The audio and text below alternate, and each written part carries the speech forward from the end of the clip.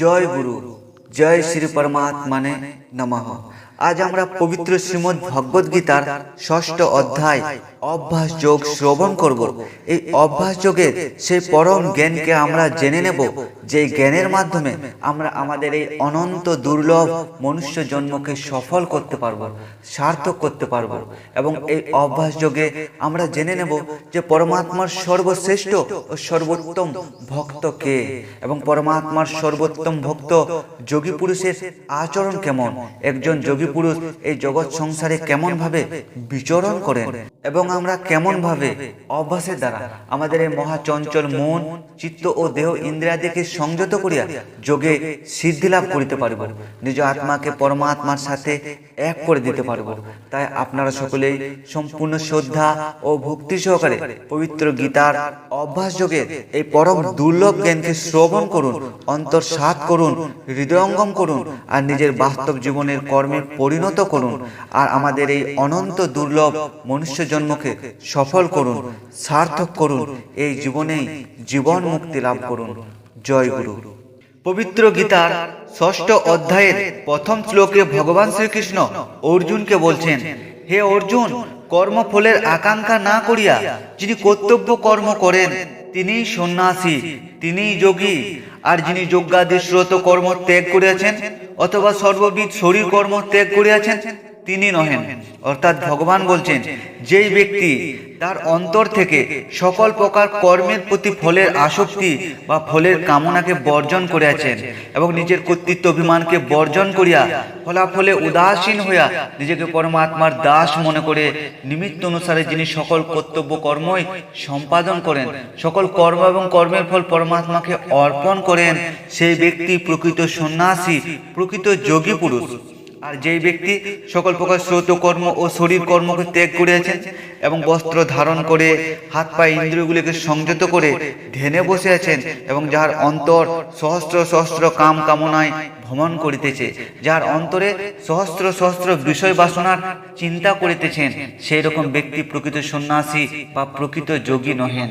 প্রকৃত সন্ন্যাসী সেই ব্যক্তি যে ব্যক্তি কর্ম ত্যাগ করেননি, সকল প্রকার কর্মের প্রতি ফলের আসক্তি ও ফল কামনাকে ত্যাগ করিয়াছেন, নিজের কর্তৃত্ব অভিমানকে ত্যাগ করিয়াছেন এবং সকল কর্ম এবং কর্মের ফল পরমাত্মাকে অর্পণ করিয়াছেন, নিজেকে পরমাত্মার দাস মনে করে নিমিত্ত অনুসারে কর্ম করছেন, সেই ব্যক্তি প্রকৃত সন্ন্যাসী বা প্রকৃত যোগী পুরুষ।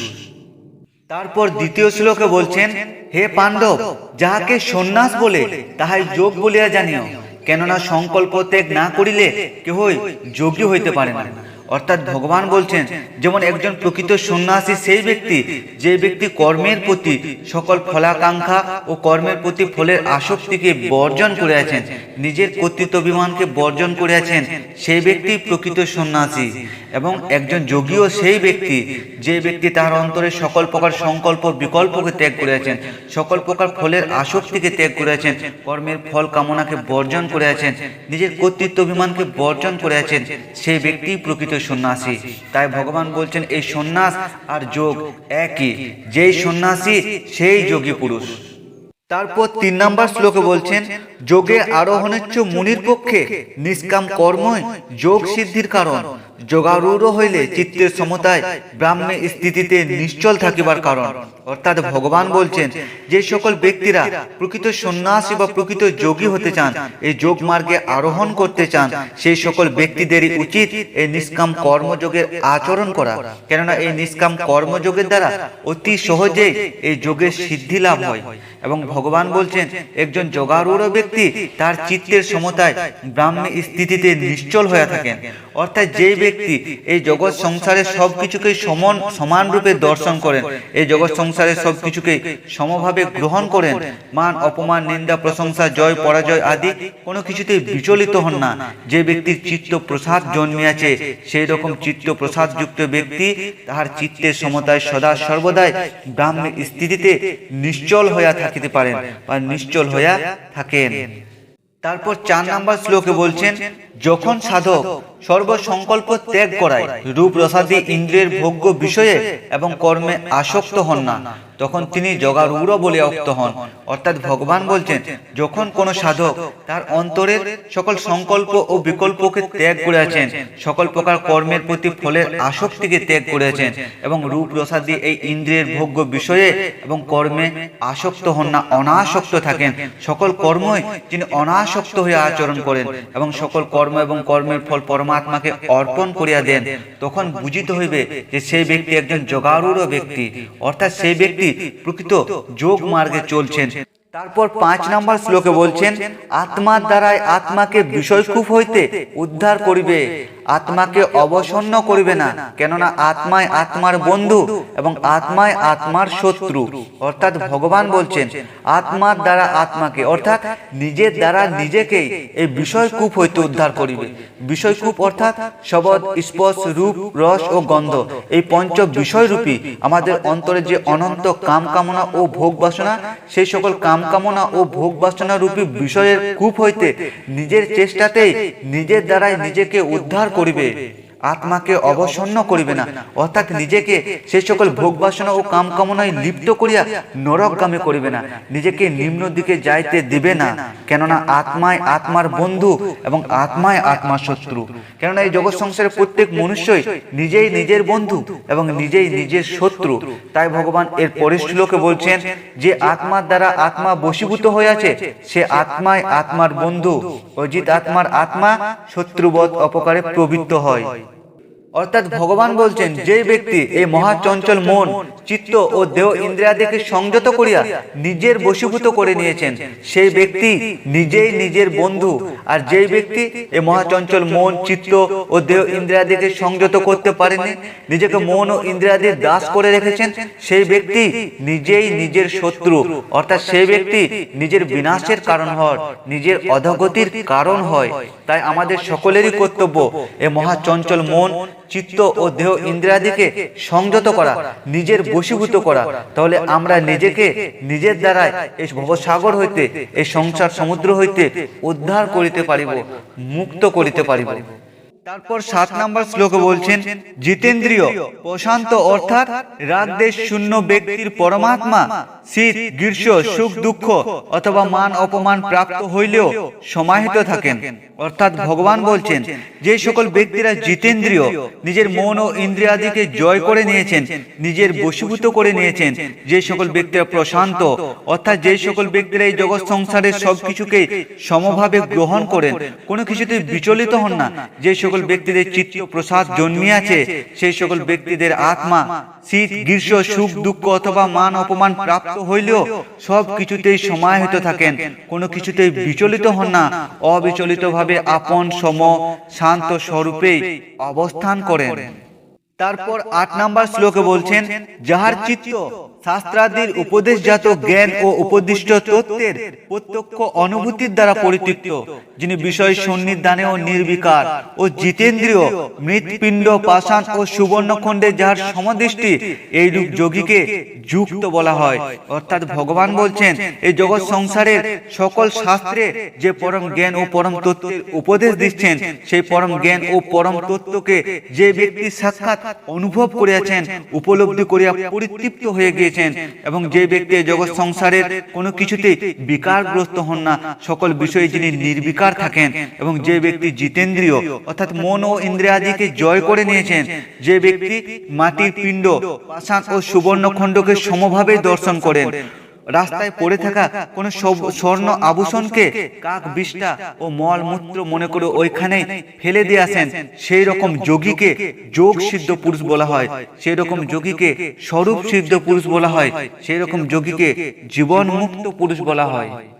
তারপর 9 নম্বর শ্লোকে বলছেন, সুহৃদ, মিত্র, শত্রু, উদাসীন, মধ্যস্থ, দেশ্য, বন্ধু, সাধু ও অসাধু সকলের প্রতি যার সমান বুদ্ধি, তিনি প্রশংসনীয়। অর্থাৎ যিনি সর্ববিষয়ে সকলের প্রতি রাগ দেশ শূন্য, তিনি শ্রেষ্ঠ। অর্থাৎ ভগবান বলছেন, যে পরম ব্যক্তির কাছে এই জগৎ সংসারে কেউই শত্রু নয়, কেউই মিত্র নয়, কেউ সাধু নয়, কেউ অসাধুও নয়, যে ব্যক্তি জগৎ সংসারের সকলকে আত্মারূপে দর্শন করেন, আত্মারূপে অনুভব অনুভব করেন, যে ব্যক্তি জগৎ সংসারে কোনো কিছুতেই বিচলিত হন না, সকল কিছুকে সমভাবে দর্শন করেন, সকল কিছুকে সমরূপে গ্রহণ করেন, সেই রকম ব্যক্তিকেই শ্রেষ্ঠ যোগী পুরুষ বলা হয়, সেই রকম ব্যক্তিকেই স্বরূপ সিদ্ধ পুরুষ বলা হয়। তারপর 10 থেকে 15 পর্যন্ত শ্লোকে সাধনার যে সকল বিধিনিয়ম বা সাধন প্রণালী আছে সেইগুলি বলছেন। কিন্তু যে সকল ব্যক্তিরা গুরু ধারণ না করে কেবলমাত্র অপরের কাছ থেকে শ্রবণ করে বা শাস্ত্র থেকে পাঠ করে সেই সকল সাধনার অভ্যাসে রত হয়, সেই সকল ব্যক্তিদের সেই সাধনা বিফল হয়, অর্থাৎ সেই সকল ব্যক্তিরা কখনোই সাধনায় সিদ্ধি লাভ করতে পারেন না। কেননা এই সকল সাধন প্রণালী বা সাধনার বিধিনিয়মগুলি একজন প্রকৃত সদ্গুরুর কাছ থেকে গ্রহণ করতে হয়। তাই আমাদের সর্বপ্রথম কর্তব্যই একজন প্রকৃত সদ্গুরু ধারণ করা, তারপর সেই গুরুর কাছ থেকে এই সকল সাধনার শিক্ষা বা সাধন প্রণালীগুলিকে গ্রহণ করে সাধনায় রত হওয়া। তাহলে আমরা অতি সহজেই সাধনায় সফল হইতে পারিব বা সিদ্ধি লাভ করিতে পারিব। তারপর 16 নম্বর শ্লোকে বলছেন, হে অর্জুন, কিন্তু যিনি অত্যধিক আহার করেন অথবা যিনি একান্ত অনাহারী তাহার যোগ হয় না, অতিশয় নিদ্রালু বা অতিশয় জাগরণশীলেরও যোগ সমাধি হয় না। অর্থাৎ ভগবান বলছেন, যে ব্যক্তি তার প্রয়োজনের থেকেও অত্যধিক আহার করেন, অধিক আহার করেন, অনেক বেশি আহার করেন, সে ব্যক্তি কখনোই সাধনায় সিদ্ধি লাভ করতে পারেন না। এবং যে ব্যক্তি প্রয়োজনের থেকেও অতিরিক্ত অনাহারে থাকেন, উপবাস করেন, ব্রত করেন, সেই ব্যক্তিও কখনোই সাধনায় সিদ্ধি লাভ করতে পারেন না। এবং যে ব্যক্তি প্রয়োজনের থেকেও অতিরিক্ত নিদ্রালু অর্থাৎ অতিরিক্ত ঘুমোয়, সে ব্যক্তি কখনোই সাধনায় সিদ্ধি লাভ করতে পারেন না।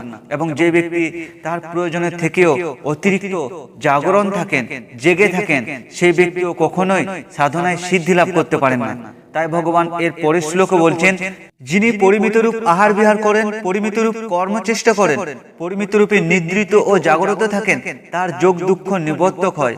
অর্থাৎ ভগবান বলছেন, যে ব্যক্তি পরিমিত রূপে আহার গ্রহণ করেন, অর্থাৎ যাহার শরীরে যতটা আহারের প্রয়োজন সেই ব্যক্তি ততটাই আহার গ্রহণ করেন।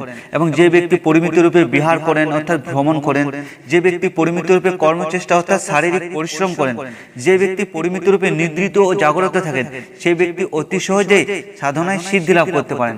অর্থাৎ যে ব্যক্তি একটা সংযমের মধ্যে থাকেন, একটা নিয়মের মধ্যে থাকেন, পরিমিত রূপে সবকিছুই কর্ম করেন, সেই ব্যক্তি নিরোগী হয়। অর্থাৎ সেই ব্যক্তির শরীরে রোগ ব্যাধির প্রবণতা অনেক কমে যায়। এবং যে ব্যক্তি নিরোগী সেই ব্যক্তির সাধনা করতে অনেক সহজ হয় অর্থাৎ সুবিধা হয়। আর যে ব্যক্তি রোগী, যার শরীরে অনেক রোগ ব্যাধি আছে, সে ব্যক্তি কখনোই সহজভাবে সাধনা করতে পারেন না।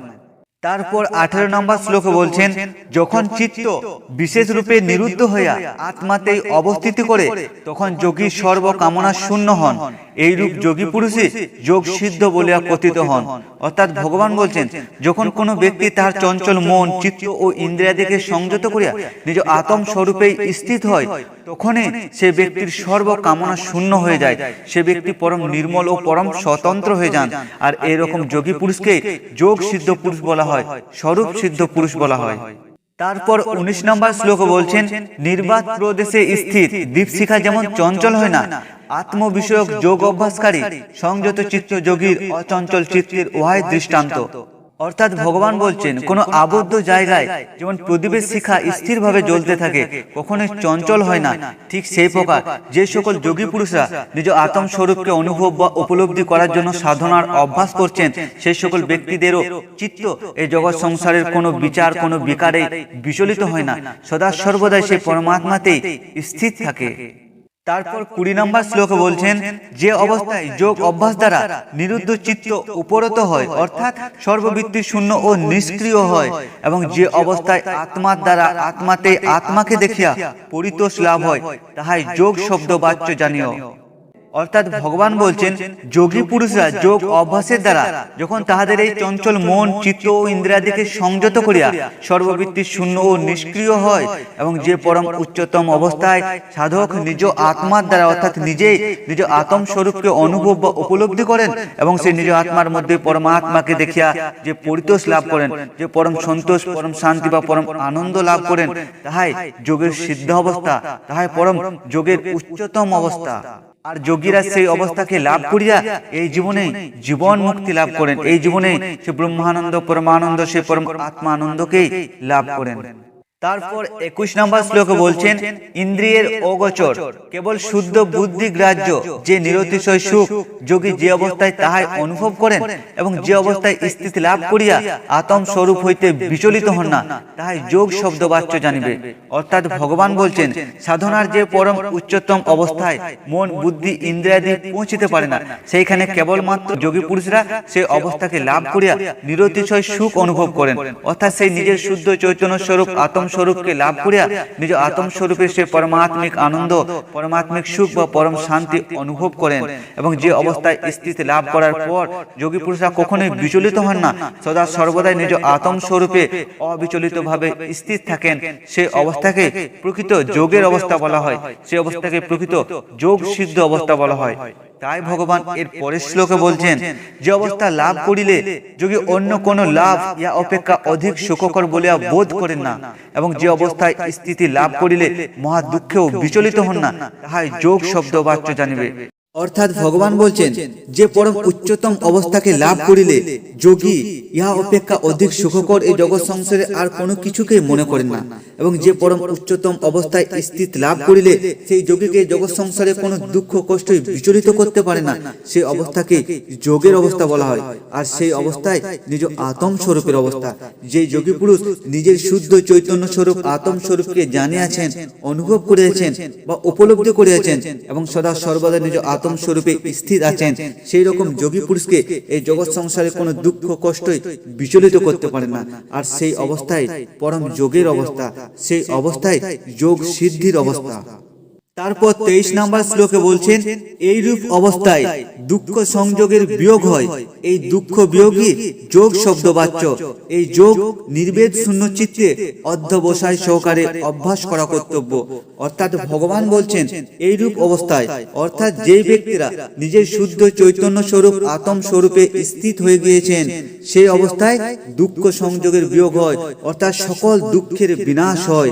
আর এই দুঃখ বিয়োগী যোগ শব্দ বাচ্য, অর্থাৎ যখনই মনুষ্যের সকল দুঃখ কষ্টের বিয়োগ হয় অর্থাৎ বিনাশ হয়, সেই অবস্থায় প্রকৃত যোগের অবস্থা। তাই ভগবান বলছেন, নির্বেদ শূন্য চিত্তে অধ্যবসায় সহকারে অভ্যাস করা কর্তব্য। সেই পরম যোগের অভ্যাস সকলেরই কর্তব্য। কেননা আমরা যতদিন না পর্যন্ত নিজেদের শুদ্ধ চৈতন্য স্বরূপ আত্ম স্বরূপকে জানতে পারছি, নিজের আত্ম স্বরূপকে অনুভব করতে পারছি, উপলব্ধি করতে পারছি, নিজের আত্ম স্বরূপে স্থিত হতে পারছি, ততদিন পর্যন্ত কোনো দুঃখের বিনাশ হবে না, এই জন্ম মৃত্যুরূপ দুঃখের বিনাশ হবে না। তারপর 24 ও 25 নম্বর শ্লোকে বলছেন, সংকল্পজাত কামনা সম্মুখে বিশেষ রূপে ত্যাগ করিয়া, অর্থাৎ অন্তরের সকল সংকল্প বিকল্প ও কামনা বাসনাকে বিশেষ রূপে বর্জন করিয়া মনের দ্বারা ইন্দ্রিয়গুলিকে বিষয় ব্যাপার হইতে নিবৃত্ত করিয়া, অর্থাৎ মনের দ্বারা ইন্দ্রিয়গুলিকে সংযত করিয়া ধৈর্যযুক্ত বুদ্ধি দ্বারা মন ধীরে ধীরে নিরুদ্ধ করিবে। তারপর ধৈর্যযুক্ত বুদ্ধি দ্বারা মনকেও ধীরে ধীরে সংযত করিবে। এই রূপে নিরুদ্ধ মনকে সংযত মনকে আত্মাতে নিহিত করিয়া, অর্থাৎ আত্মাতে লয় করিয়া কিছুই ভাবনা করিবে না, এই রূপে সাধনা করিবেন। তারপর 26 নম্বর শ্লোকে বলছেন, মন স্বভাবত চঞ্চল, এতএব অস্থির হইয়া উহা যে যে বিষয়ে ধাবিত হয় সেই সেই বিষয় হইতে উহাকে প্রত্যাহার করিয়া আত্মাতে স্থির করে রাখিতে হইবে। অর্থাৎ ভগবান বলছেন, মন স্বভাবতই চঞ্চল, মনের স্বভাবই চঞ্চলতা। মন সহস্র সহস্র বিচারের সৃষ্টি করে এবং অনন্ত কাম কামনার বিষয়ের পেছনে দৌড়ায়। তাই আমাদের সকলেরই কর্তব্য, মন যে বিষয়ের প্রতি দৌড়াচ্ছে, যে বিষয়টার প্রতি বেশি আকৃষ্ট হচ্ছে, সেই বিষয় থেকে মনকে সংযত করিয়া নিজের চেষ্টাতেই নিজের দ্বারা মনকে সংযত করিয়া নিজের মধ্যে সমাহিত করে রাখা, তাহলে মন ধীরে ধীরে বশীভূত হয়ে যাবে, মন ধীরে ধীরে সংযত হয়ে যাবে। তারপর 27 নম্বর শ্লোকে বলছেন, এই রূপ যোগ সিদ্ধ পুরুষ চিত্ত বিক্ষেপক রজগুণ বিহীন এবং চিত্ত লয়ের কারণ তমগুণ বর্জিত হইয়া ব্রহ্ম ভাব লাভ করেন। এইরূপ প্রশান্ত চিত্ত যোগীতে নির্মল সমাধি সুখ আশ্রয় করে। তারপর 28 নম্বর শ্লোকে বলছেন, এই রূপে সদা মনকে সমাহিত করিয়া নিষ্পাপ হওয়ায় যোগী ব্রহ্মানুভব রূপ নিরতিশয় সুখ লাভ করেন। অর্থাৎ ভগবান বলছেন, আগে যেই রূপ বলা হয়েছে সেই রূপ ভাবে মনকে সমাহিত অর্থাৎ সংযত করিয়া নিষ্পাপ হয়ে যোগী পুরুষরা সে ব্রহ্ম আনন্দ অনুভব করেন, সে পরমাত্মিক সুখ অনুভব করেন।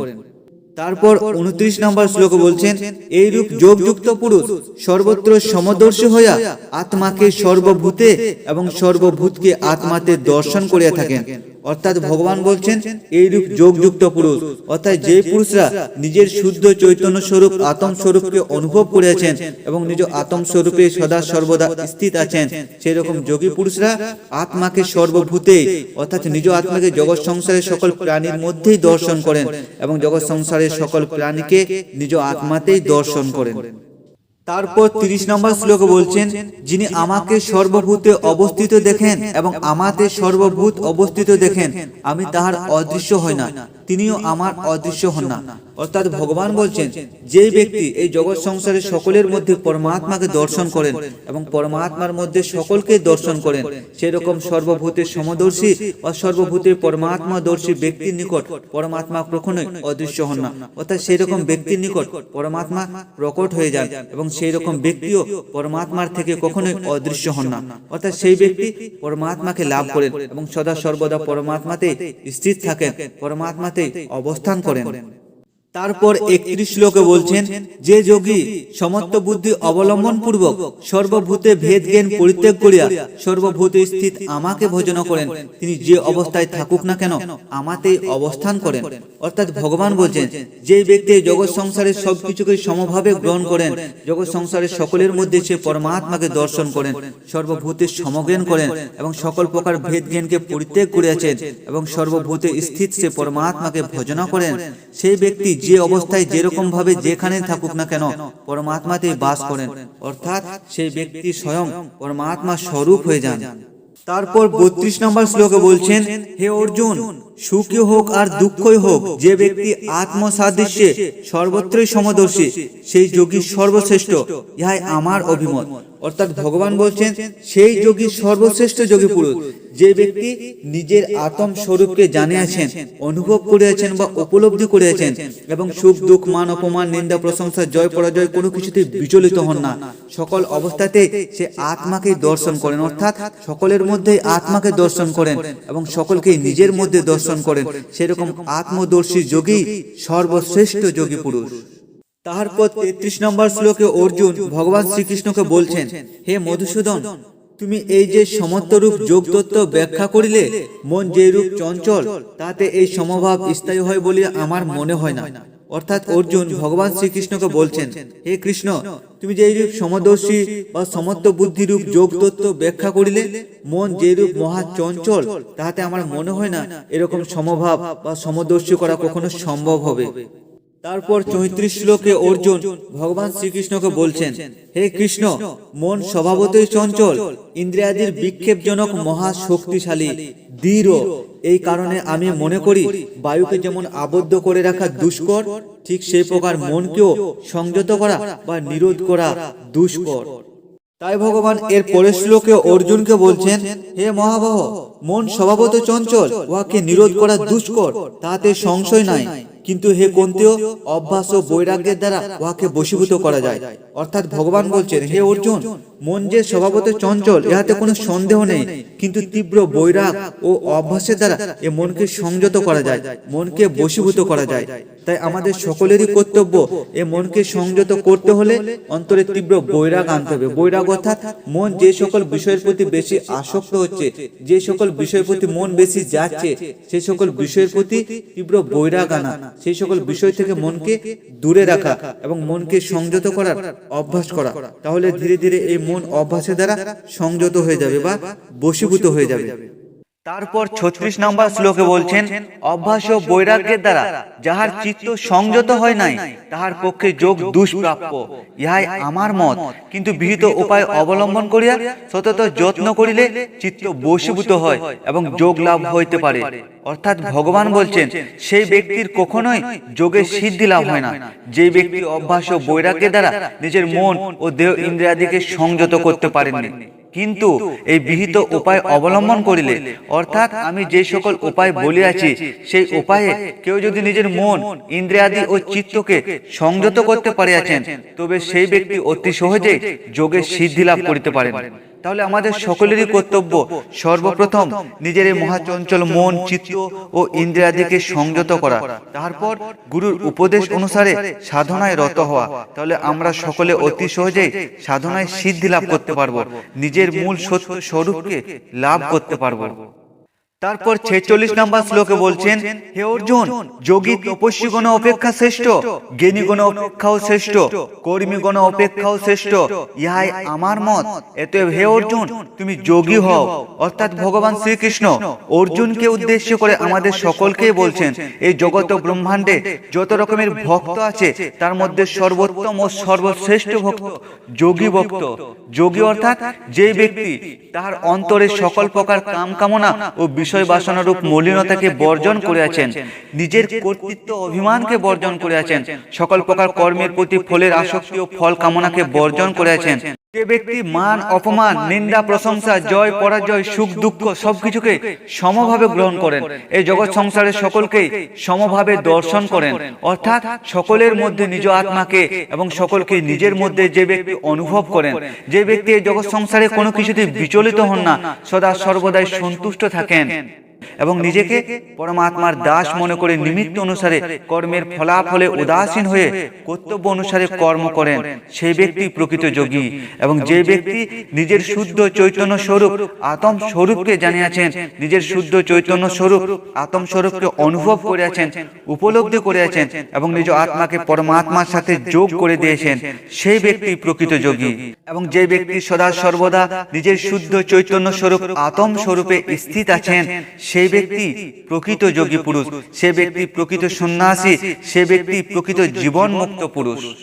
তাই আমাদের সকলেরই কর্তব্য আমাদের অন্তরের সকল ভ্রম, অজ্ঞানতা, সংশয়, কাম কামনা ও বিষয় বাসনাকে বর্জন করা, নিজের কর্তৃত্ব অভিমানকে বর্জন করা, নিজেকে পরমাত্মার দাস মনে করে কর্মের ফলাফলে উদাসীন হয়ে সকল কর্তব্য কর্মই সম্পাদন করা, আর নিজের শুদ্ধ চৈতন্য স্বরূপ আত্ম স্বরূপের জ্ঞানকে লাভ করা, নিজের আত্মাকে অনুভব করা, উপলব্ধি করা আর পরমাত্মার সাথে নিজ আত্মাকে যোগ করে দেওয়া, এক করে দেওয়া এবং এই জীবনেই জীবন মুক্তি লাভ করা। জয় গুরু।